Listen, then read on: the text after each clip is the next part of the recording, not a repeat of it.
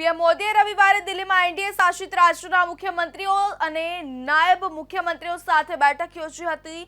સૂત્રોએ જણાવ્યું હતું કે તેમણે નેતાઓને ઓપરેશન સિંદૂર અને એના સંબંધિત મુદ્દાઓ પર ટિપ્પણી કરવા સામે ચેતવણી આપી છે।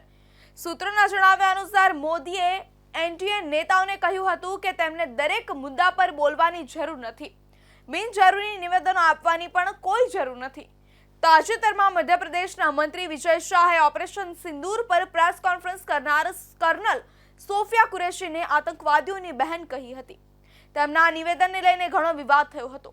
આ પછી વિજય શાહે એક વિડીયો જારી કરીને માફી માંગી, જો કે વિવાદાસ્પદ નિવેદનોનો મામલો સુપ્રીમ કોર્ટમાં પહોંચી ગયો છે।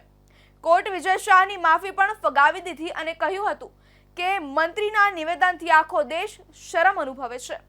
સુપ્રીમ કોર્ટના આદેશ અનુસાર એસઆઈટી તપાસ ચાલી રહી છે, જો કે હાલ પૂરતી તેની ધરપકડ મોકૂફ રાખવામાં આવી છે।